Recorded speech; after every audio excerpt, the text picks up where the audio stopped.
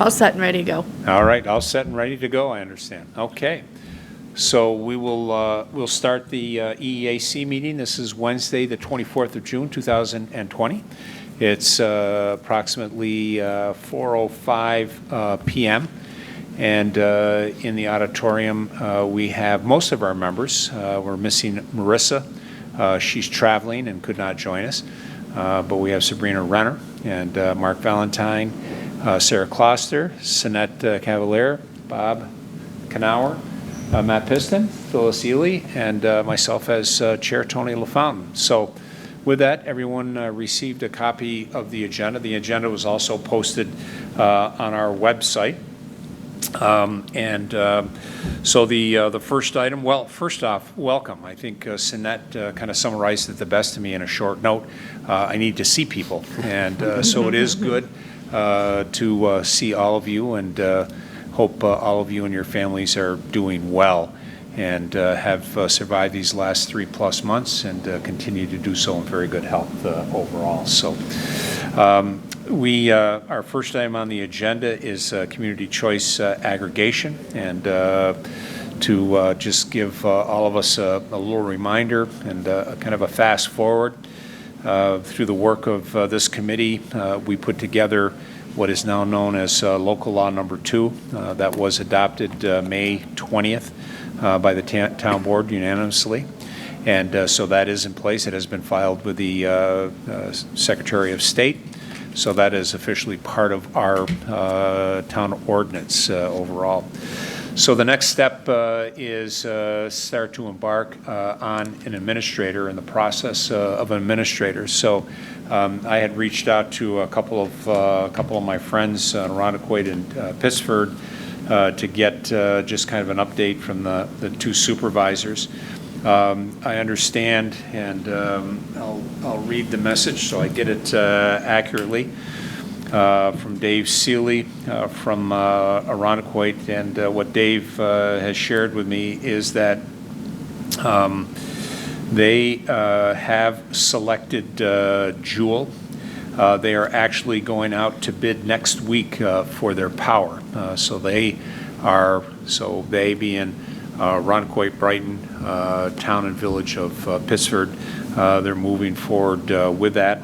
And they will be going out for bids. So we'll have the opportunity to kind of see how that goes. In the meantime, I think all of the committee has received the information that was put together for the request for proposal. So one of the things that we have the ability to do is maybe not reinvent the wheel, but have the opportunity to take what others have done and learn from. And then from there, we can update, modify accordingly. So we do have the RFP. We have the Jewel Asset Rocktricity. This is a response to some supplemental questions that they had. And then there was also some other visuals that came with that. So all of the committee has received that, had a chance to take a look. And the town board thanked us and wanted me to make sure that I recognize this committee for putting that together, getting local law number 2 in place for the town board to hold a hearing and then ultimately adopt. So thank you again on behalf of the town board to do that. Their next task is for us to take it to that next step, prepare an RFP, whether we use this that was used by the other communities as a framework, or if we have other information that we would like to include, add, delete, etc. And the board would like to see over the next couple of months, and with our comfort level of vetting things out, to be prepared to come to a work session and present a draft proposal so that they're able to take a look at that, comment on it, and then if that's acceptable to them, then they want to make sure that we take the next steps and then going out for an RFP. So I might ask everyone, having taken a look at this, is there any initial thoughts or comments on this RFP? Yes, Sarah. Are we looking to move forward with a CDG program also, so community solar or similar? Has the town board made any direction on that? At least for this committee to consider. So we have not had a lot of conversation about that, but that definitely is something that I think we has been in front of us or on our radar, and something that we should also be taking a look at. I know that there is a number of interest here to move some things forward. This happens to be at least the one that's currently in front of us, but we can't forget or overlook the other as well. Yeah, that's a good point. Thank you. So questions or comments, things you liked, didn't like, anything that jumped out that you had some concerns about? Yeah, I had a question. Where's the city of Rochester on this? So I have got, Bob, this is a correspondence that this was May 28th, 2020. This is to City Council from the Mayor Lovely Warren. Professional Services Agreement, Community Choice Administrator, Comprehensive Plan, Initiative Area Sustaining Green and Active Systems. And so local law number 6 of 2019 passed by City Council on November 12th, 2019 and adopted December 3rd, 2019, authorized the establishment of a CCA program in the city of Rochester.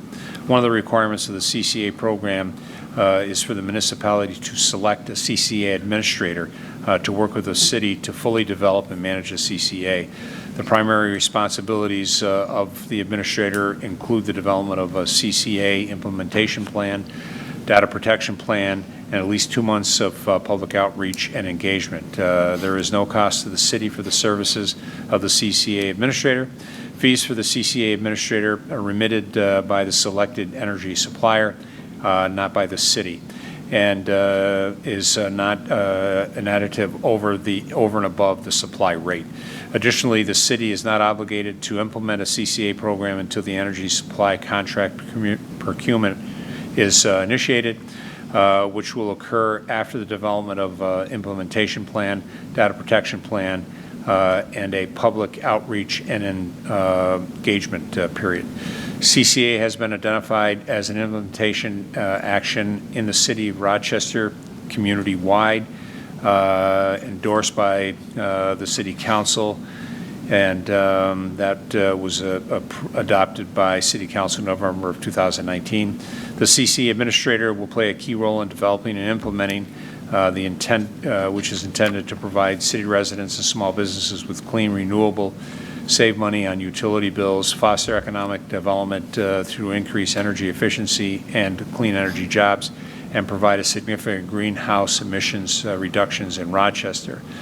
The agreement will be an initial term of 2 years with provisions up to 3 one-year extensions based on mutual agreement. Love and kisses, Mayor Warren. What that doesn't specifically say here, and what I'm not aware of, is who that provider is. Is it Jewel in cooperation with Rocktricity? I can't answer. We'll have to do a little bit of checking on that. And again, this was May 28th of 2020.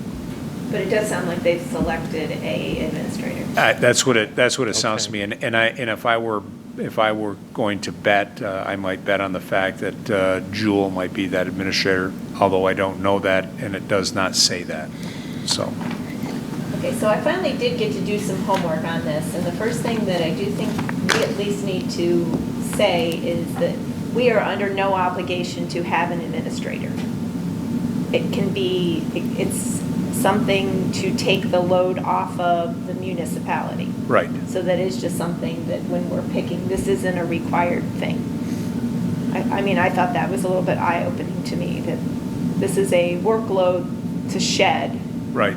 to do that. And not do it through the municipality. Correct. Right. You know, so- Because, who I might look towards if it were being done in-house, Their plates are already too full. their plates are definitely full. And I'm sensitive to that.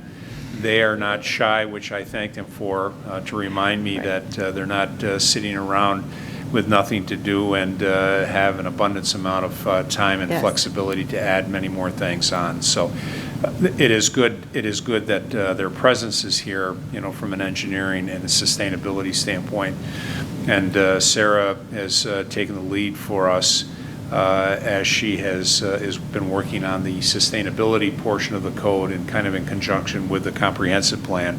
So I think that in itself is a task that we'll let that be what it is, and maybe explore the administrator role. But that's a good point. Yes.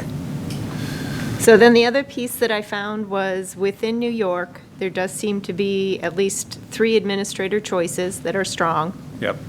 That's Jewel, Good Energy, who we got to talk to, and then the third one is called MEGA, which stands for something, but, so at least that's good to know. And then the other thing was that NYSERDA website has a very good administrator request for proposal format on it in a Word document that is editable as opposed to a PDF document that we would have to start over with. And from an engineering perspective, in all honesty, I liked it better. It was a little bit more technical in the wording. So instead of having sections that say, so here's some questions that we'd like you to answer, this one was at least a little bit more bullet A, bullet B. So as we do go forward, I think I'd recommend that. That we look at that kind of as our foundation, Sinette. Yes. To build on. Yep. Okay.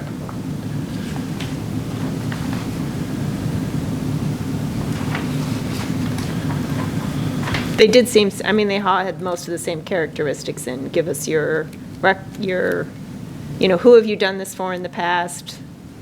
Contact information. Right. How would you do this? How would you do that? Yeah, reference checks and those types of things certainly are good things to do and Right. follow up with.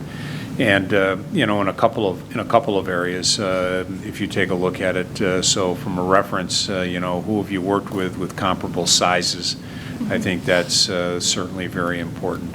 Yep. And there are a couple of other references that they had talked about as to what type of experience they may have as we go through. I wanted to cross-reference some of our previous documents in terms of detailed communication plans. Okay. Instead of broad terms like communicating to the public.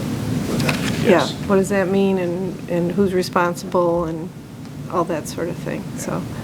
What does the word educate, I'm sorry, what does the word educate mean when it talks about educating the public?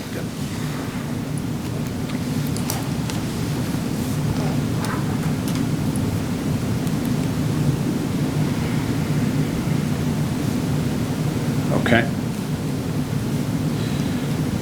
Certainly that is, drilling down and being very specific, minimizes kind of the generalized or trying to read between the lines and things like that, as we go through.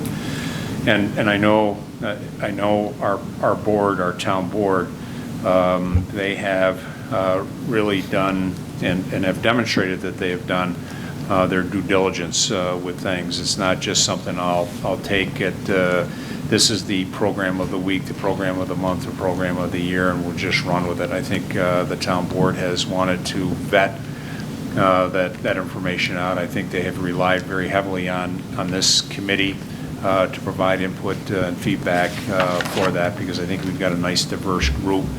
And so I think it's important that we continue to vet out and provide the best product, whatever that ultimately is, back to our residents, because at the end of the day, we've talked about this, this is everybody's in and you have to opt out. And I've heard from some people that get concerned about that, and what does that mean, and how's that going to impact, and the people we have today we like. So as we go through, I think that's also the importance of holding those public information meetings and giving folks an opportunity to ask questions and understand that. And I think that's something that's important, that the administrator leads that. And again, if once selected, that group fulfills all of that requirements for the town. Yeah, there's already an awful lot of automatic opt-outs in there that I think we'd have to take into well, that's what they would take into consideration. Right. Is to do Yes. that. There's categories. The most notable is the low-income protections. Just if you're in that category, you're already opted out. But they also have to guarantee that people in that category will have a savings over what they already have in their current features. So there's at least some thought behind how they've selected who's in and who's out. Right. Okay. Well, that's a NYSERDA designation. I'm sorry, Mark. I just said that's from NYSERDA. That's not from the administrator. That's a NYSERDA requirement. that's a nice sort of. Yeah, got it.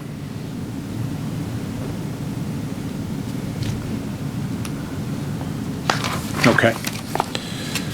So I have gone through this, a couple of times, and just identified and earmarked a couple of items. Certainly one of the things that as we go out for this, I think it's important. We'll go out on behalf of the town of Penfield.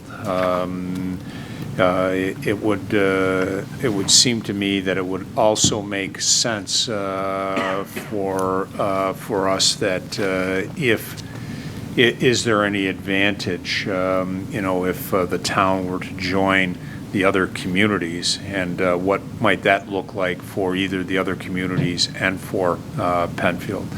And so I think moving forward with a RFP is key. But then, once we get that in, I think we can use that potentially as a guide to see if there's any benefit going it alone.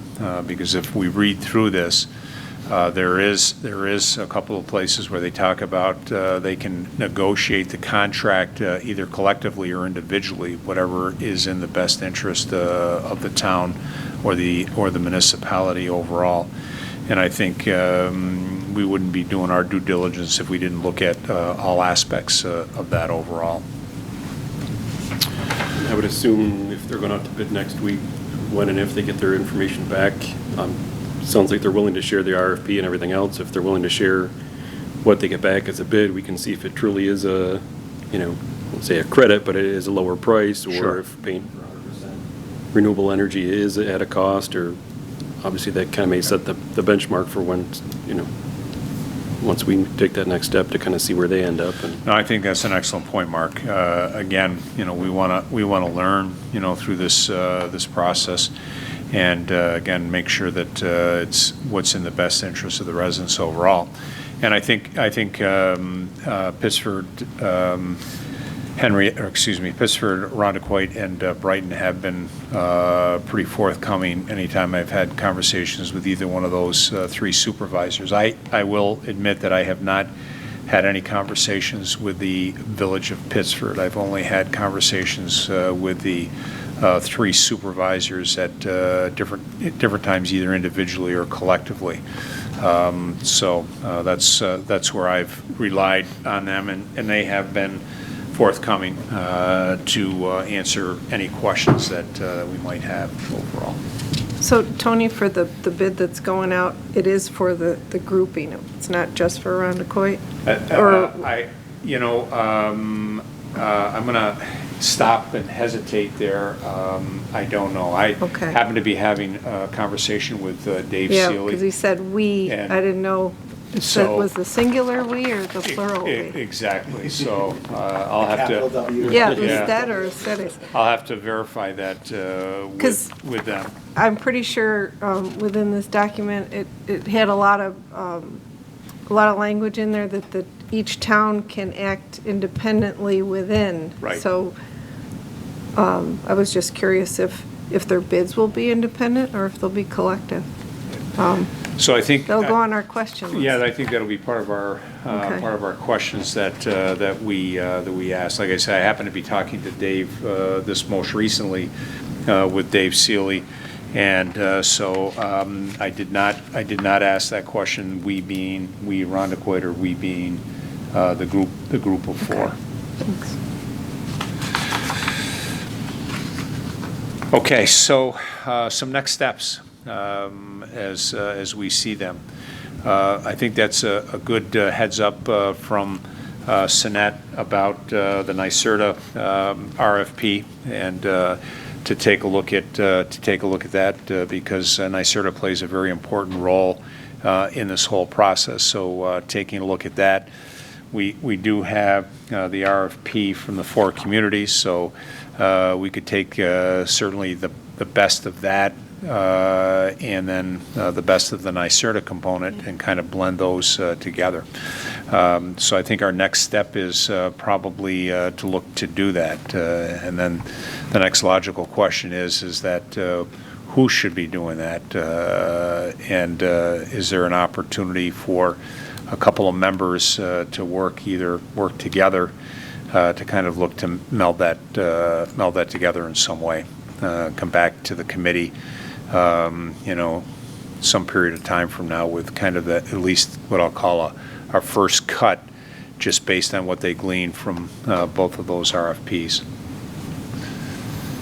And it's something I think we can at least download it and get it started, and then, between Sarah and I, and then maybe Phyllis, at least from a staff end of it, just to kind of pull something together, as a document, and then obviously, the other members have expertise in other areas, environmental lawyer, other environmental, so obviously everybody else can chime in at that part, but at least we can maybe get it started and kind of try to craft it towards Penfield as we've done with other documents in the past, and at least get a straw man out there, and then, everybody else can weigh in from there on what parts we like and don't like.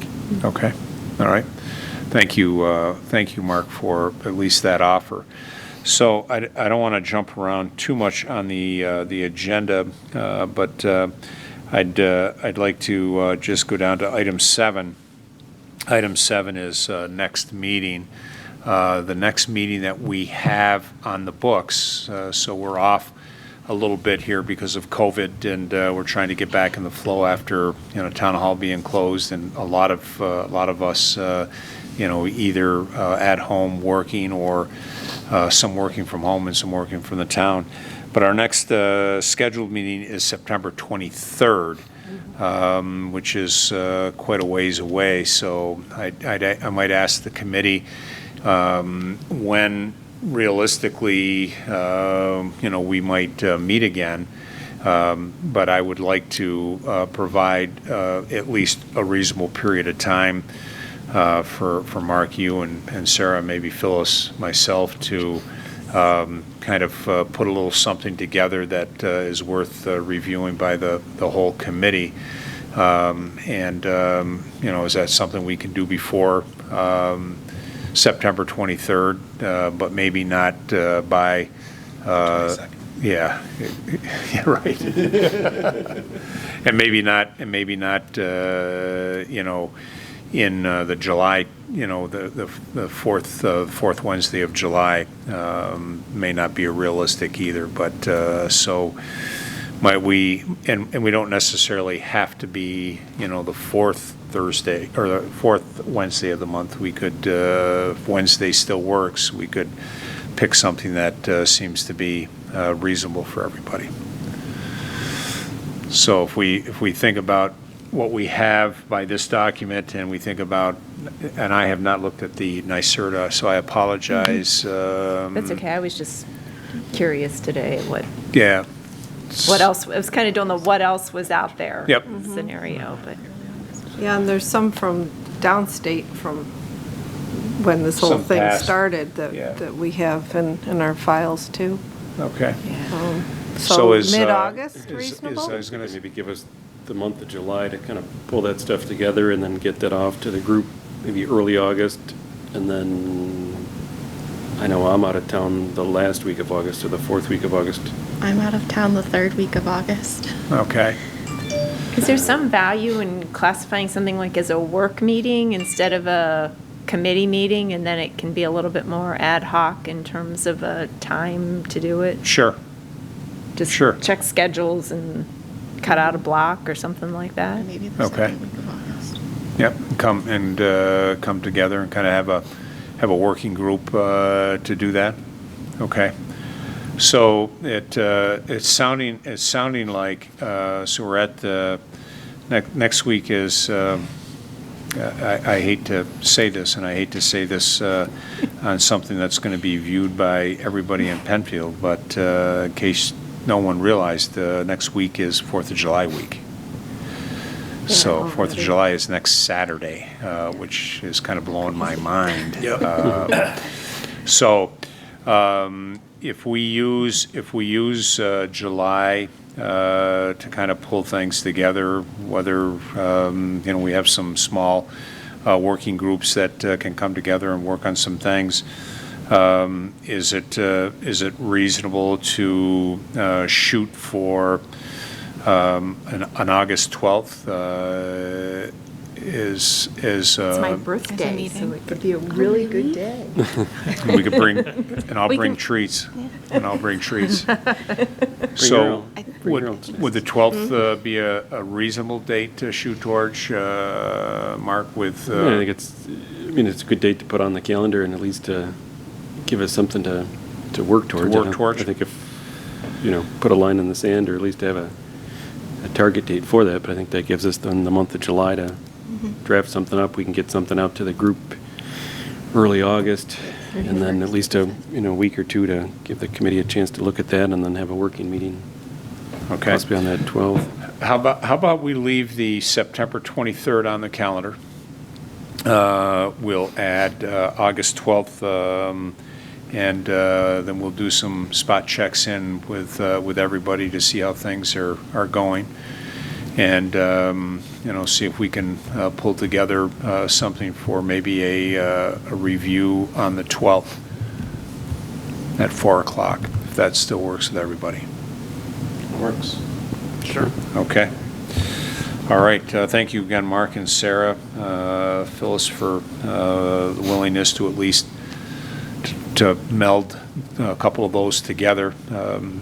Phyllis did do a lot of work and pre-work. I know leading up to as we were meeting with RG&E and just learning a little bit more about putting the local law together and things like that. So I know Phyllis has got some things in her file and some notes from phone calls that she had made to other municipalities and some other groups and organizations. So, okay. So I have a question just real quick. So Phyllis, when you mentioned the CD, I don't remember what the Sarah. third letter. Oh, you was you? Yeah. Okay, never mind that. Then I'll just do it the same way here is, there's a secondary document that they did, which was like the extra questions that they answered, and it seemed to focus a lot on that. On So- NYSERDA? No. Or do you mean? In the our packet. in the packets, yes. Yeah, it had a So, lot. do we want to really look at seeing if we can get some of those questions put in up front as opposed to having to do a second go-through like it sounds they did? Address solar. Yeah, I think definitely, we have those two documents that were, so the supplemental questions you're referring to, Sinet? Yeah, absolutely. I think we definitely, learn from that, steal shamelessly from that and make sure that those, if there's some things that was not part of the original RFP that we think really should be part of it, the one that we go out, I definitely would say we want to be the best it can be overall. I'm sure we'll still have some questions. I mean, as we all learn through this, but Right. I think if we could weave some of that in there, definitely. The more information we get up front, I think the better the decision we can make. We may want to consider with including the CDG portion that currently there's limits with the different administrating groups, like administrator groups, in who currently by the state has been approved to have interaction with that. Got it. Yeah. So that may limit the people who can productively apply to be an Yep. administrator. Sure. Okay. No, I think that's an excellent point. Okay, so yes, we'll definitely learn. We'll learn from our friends around us, from their experiences, and what can we draw on. I think that definitely is key. Okay. So we've got August 12th on the docket. I'll just ask, is there anything more that we want to put out on the table for CCA in general, or CCA next steps, the administrator process? Okay. All right. Thank you for that. All right, we'll shift gears a little bit. Item 3 is an update on upcoming events. I did reach out to Councilwoman Linda Cole, and she verified that our community bikes drop-off still is planned for October 3rd, bar anything unusual that happens with COVID. I think COVID is going to be kind of an integral part of our lives, our schedules, and everything as we move forward. But right now, it is planned for October 3rd, a Saturday. And then because of COVID, the spring drop-off, which typically is held in the May timeframe, that was canceled. And the board here last week authorized moving forward with fall drop-off. So we always had a spring drop-off where you would bring in what I would call all that junk. Could be a couch, could be a mattress, it could be anything kicking around your basement or your garage. And then in the fall, we would do more of a recycling event, metals, brush, things like that. So the board wants to collapse the two of them together. So they would be looking to do document destruction like we have in the past. The equivalent of a spring drop-off, brush drop-off for those 2 days. No electronics at this point, no electronics. And so I think the board is still exploring that component, but right now the second and third would not include electronic drop-off at this point. So the date would be October 2nd and 3rd? So the drop-off would be Friday the 2nd and Saturday the 3rd. Typically, that's what we have done, is we've held 2 days. Yeah. Give folks the opportunity for that Friday, Saturday. And it's always a good thing when it coincides with the bike drop. I think that's perfect. Exactly. And I think, Okay. I can't speak with 100% assurance that our new norm might be a one-time fall drop-off with everything together instead of holding 2 events. However, I think the board liked the idea that if we could work in conjunction with document destruction, the drop-off for the bikes and what have you, it just seemed to fit pretty well. Yeah. And we can spread them out on the DPW campus. We can spread out document destruction and the drop-off, and then the community bikes at the community center. So. Yeah. Good. And then stay tuned if there's anything from electronics. That has become a little bit more complicated these days, and I know folks would prefer not to pay $5 or $10 to take it to Eco Park. You do have the ability to do that, but there is a small cost to do that. And I know that some of the events that have been held in the past, there's a lot of discussion about cost and how that's covered and things. So, more to follow on that. You know if Eco Park is open back up? It is. It is. It's mobbed.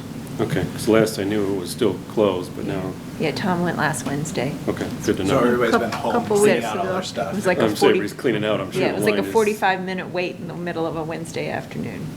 That's crazy. Yeah. Yeah. I mean, there's still, if you think about it, there's still a lot of people that are still home Yep. or working more from home and not back in the office. And, Yeah. you know, Yeah, their anybody by with, appointments are full through middle of August yeah, or something anybody like with that. anybody with idle time tends to look at, do I really need that? So, but yeah, that's a good point. I mean, they've got, for things like haz waste and things like that, it's a little bit of a wait to get an appointment. And I think they're being a little bit more strict, as I understand. They're being a little bit more strict in the past. You know, you'd schedule your appointment, that you were encouraged to schedule your appointment. And if you happened to be there and you didn't have an appointment, you know, a lot of times you could get in. And I think now, I think they're being a little bit more firm on having an appointment overall, so. Okay. Anything else from an upcoming event? I'll look to my friend Sabrina, who's still trying to help sort out recreation as we know it in Penfield, and what that looks like as we move forward. We just have the new Independence Day event that we've encouraged folks to use recycled materials in their decorating. The Penfield's Patriotism on Parade. So kind of our Next weekend. another new norm for us, similar to what we did with Memorial Day. Memorial Day this year, I did a little intro, and then the team that have collected over the years a lot of the video for different events at the amphitheater for our Parade of Roses, and the different events that took place, did a nice job of weaving that together to at least recognize the day and honor those that had offered up so much for us. And as we moved into 4th of July, we realized that parade gatherings, music, fireworks was another issue, and so Sabrina has been working on this. Penfield's Patriotism on Parade. Yeah, there you go. Thank you, Sabrina. I'm glad you're here. So what does that mean? So what it is residents within town limits are invited to decorate their homes as if they would for Christmas or any other holiday. For Independence Day, be patriotic, and they can submit their address to us, and we'll advertise that these are the locations that people can go, the general public can go to and take a look at their displays, and then they can vote on them. And so the home with the greatest number of votes will get a little prize and bragging rights. Bragging rights is the biggie, right?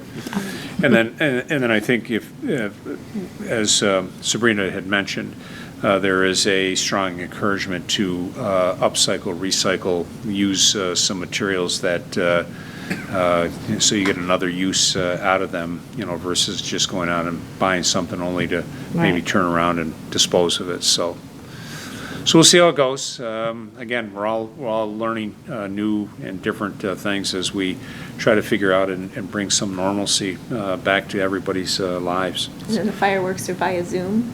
Yeah. Yeah. Yes. So I did yesterday do kind of a little kickoff. Cute. And we're going to do something similar to Memorial Day. So I did a kickoff for the 2020 celebration with PCTV, and then behind the scenes, they have done some cutting and pasting of parades and music and fireworks. So there'll be that opportunity. Folks will be able to tune in for that.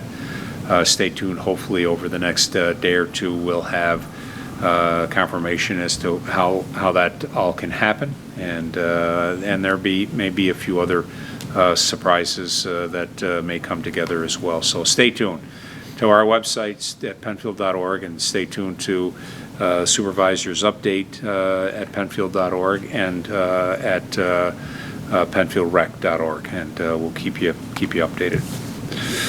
All right. So moving on to current items of interest for an update. The Shadow Pines Conceptual Master Plan.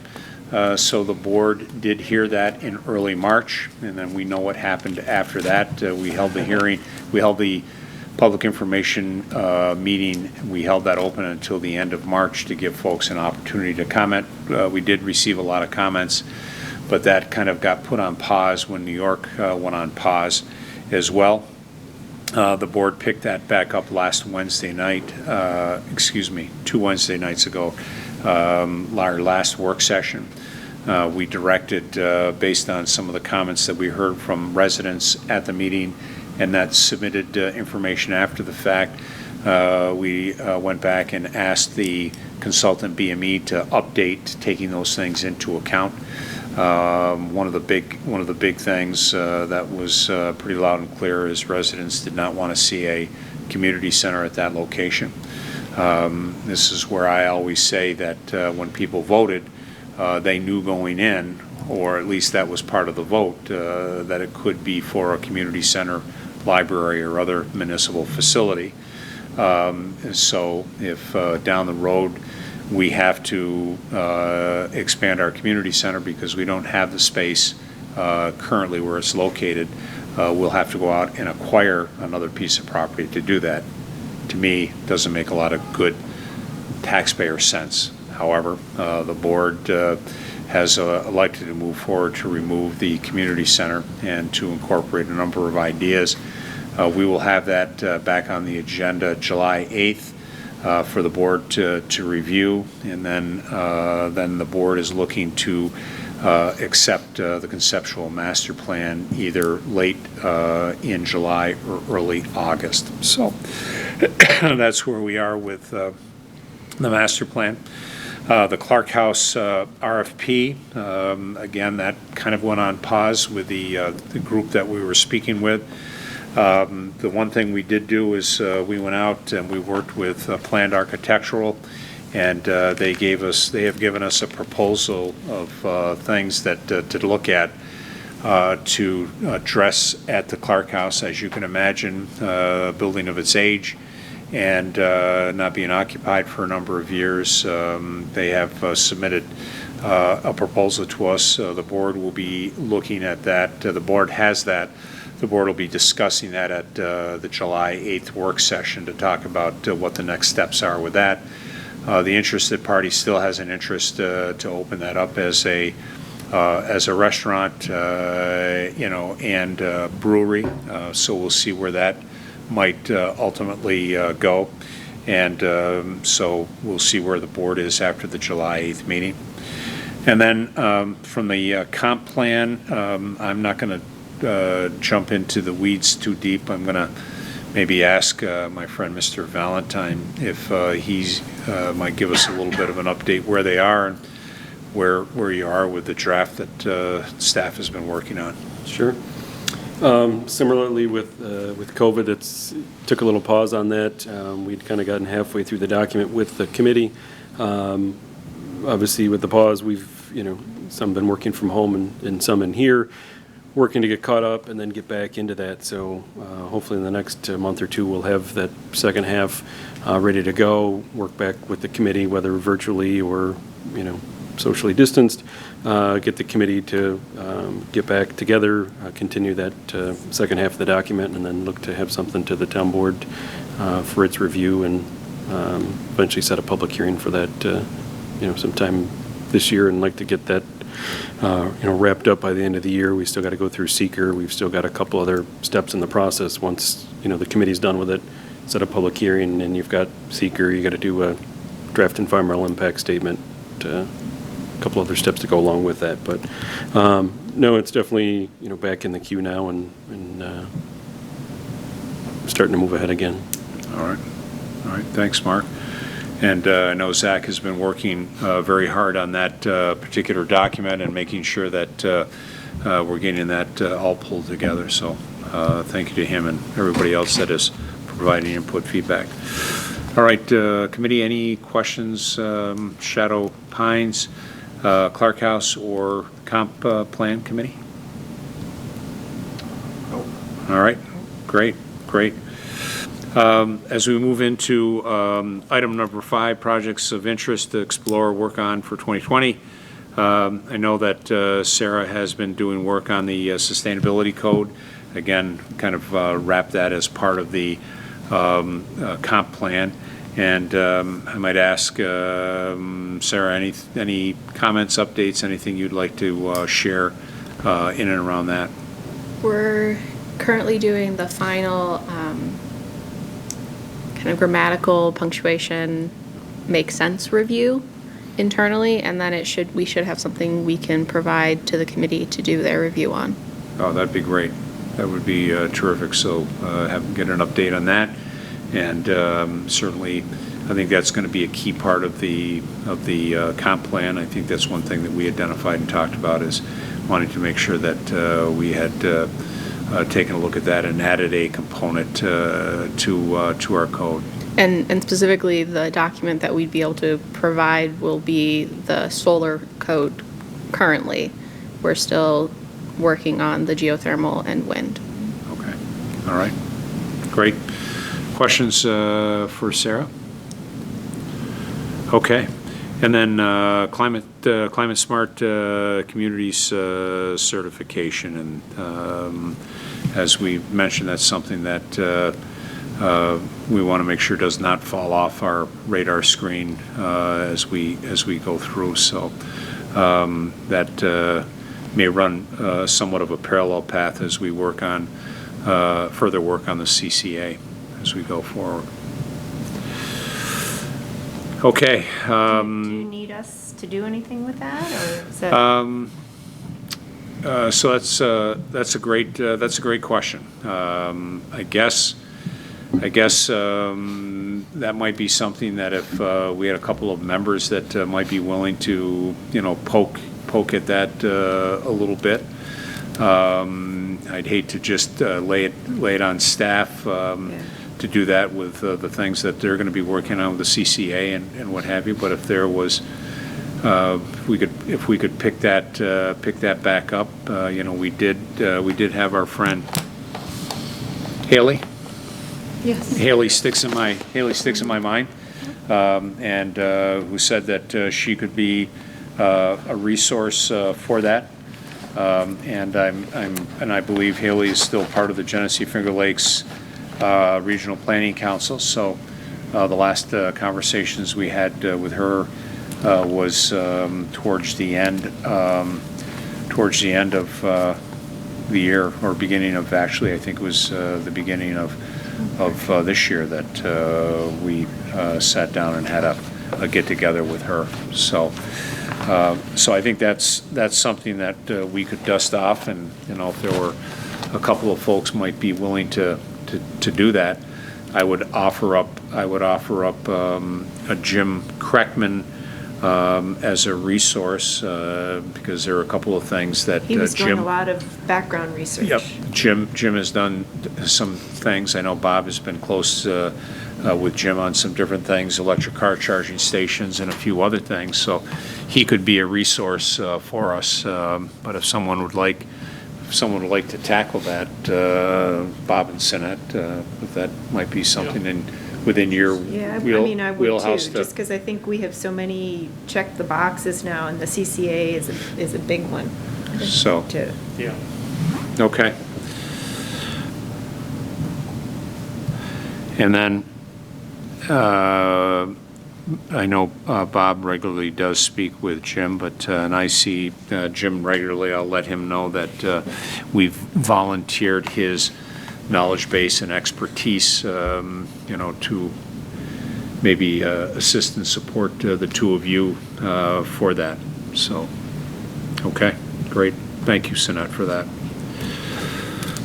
All right, we had item 6, we had talked about some field trips and programs of interest such as Rochester Museum and Science Center, RIT's School of Sustainability, Solar City, tour the plant, Buffalo.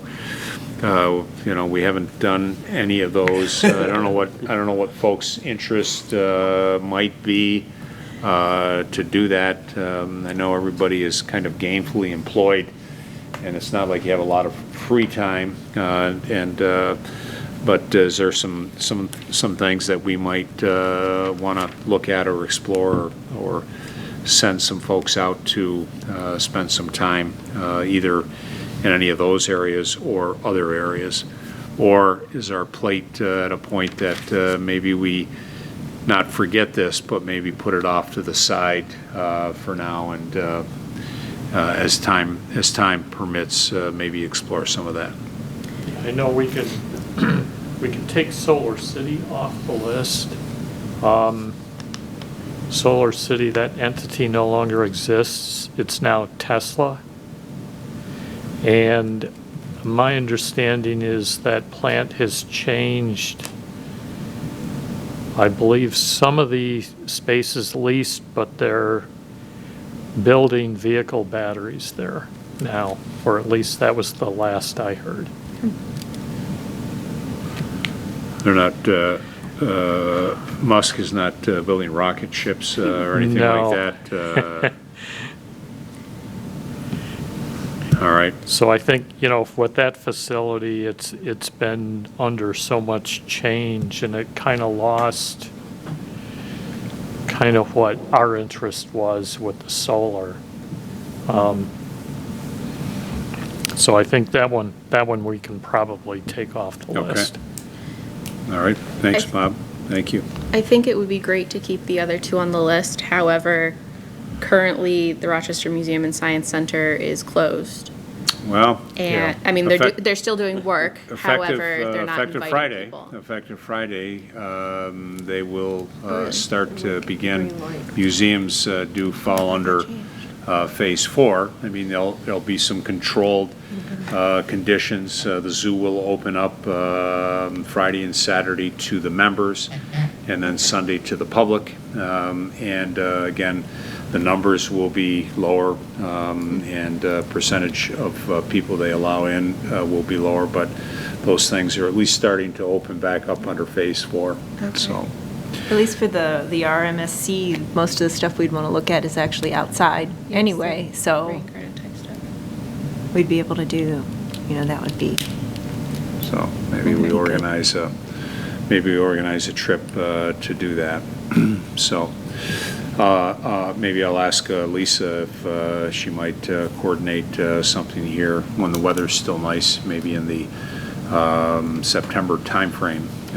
Do something like that, get through vacation time, kind of get back into what things are shaping up. The weather is still nice, and maybe do something in September. Okay. And then Mark, I know that you and I have been at a number of different meetings as it relates to some other solar projects going on around town, and we've got one that is being explored by the Monroe County Water Authority, and so might, if you wouldn't mind saying a few words around kind of what they're looking at a high level or exploring. Yeah. They haven't finalized things, but No, they're looking at a property that they own, similar to what the county did, and we did as well, to kind of offset some of their costs. They're exploring a power purchase agreement with another company. I think there's a Soul Systems is their group. They're working with them and looking at the possibility of locating it on their property as well. So Where is the property? over off of Watson Hulbert Road, so almost to the county line. They own 170 acres, plus or minus. They've got Is that a big one? future plans for a reservoir of some sort over there, so that's been on their long-term plan for forever for that. So they've acquired that property. They have not made any moves towards doing that after they did the east side. Water system expansion, I think that covered their current needs, but they're at least planning to the future. they're in the planning stages at this point. There's nothing, imminent coming with that. But obviously, if and when that gets up and going or into the process, I'm sure the Water Authority would be happy to, let us take a look at that or see Is what it an they've got. array? Yeah. Solar array Yep. field? It'd be, multiple acres of solar fields, or solar panels, excuse me. So it probably rivals the size of the county or in that neighborhood? Yeah, it would be a bigger facility than what we have. Right, right. So it'll be our third major, if you think about it. Monroe County was the first for land that they had at the landfill, the Gloria Drive landfill, Gloria Drive Kennedy Road. The Towns was the next one up and running, and if this continues to progress, this will be the third major, what I'll call municipal owned facility. And as Mark said, that the intent is to offset their electrical costs and to help either maintain or flatten or even potentially reduce cost through the Water Authority. So be a good project if it goes. So keep our fingers crossed and be optimistic that they'll be doing some construction maybe as early as 2020 into 2021. All right. We get to item 7 is any other items of interest. We ticked off our next meeting, so we've got that now on the calendar, or we'll have it on the calendar for August 12th. We'll also leave the September 23rd on as well, and then we can adjust that if need be, or hold that if need be. So with that, I might ask to the committee any